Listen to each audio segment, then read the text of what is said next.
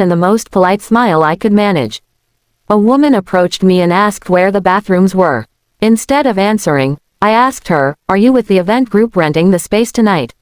She smiled and nodded. That was all I needed. "Perfect," I said loudly enough for everyone to hear. "Then I just need you to sign this liability form. Since this is a private building with residents, we require all guests at paid events to sign acknowledgement forms. Once we verify payment with the host, you'll be free to continue." There was a visible ripple of confusion. Paid event? Several people asked. I nodded. Yes, the standard rate is $6,000 for up to 4 hours. It includes access to the lobby and one restroom. Additional amenities cost extra. My family froze. My mother's face turned pale. My sister's mouth dropped open. My uncle stepped toward me and hissed, "What are you doing?" I shrugged. Just making sure everything is legal.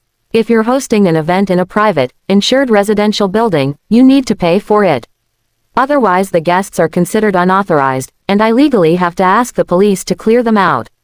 The guests stared awkwardly at my family.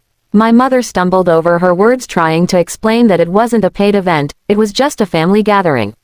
But then a couple of guests, clearly not close family, began murmuring, asking whether they should leave, because they didn't want to get involved in anything illegal. Within minutes, the atmosphere collapsed. People apologized to me, saying they didn't realize this was someone's private property. One by one, they left. Some of them even gave my family judging looks on the way out. My family tried to salvage the situation, but the spell was broken. When the last guest walked out, my mother turned to me with watery eyes and said I embarrassed them. I told her, calmly, that they embarrassed themselves when they walked into my building assuming they owned it. And that was the reality check they needed. They cleaned up in silence.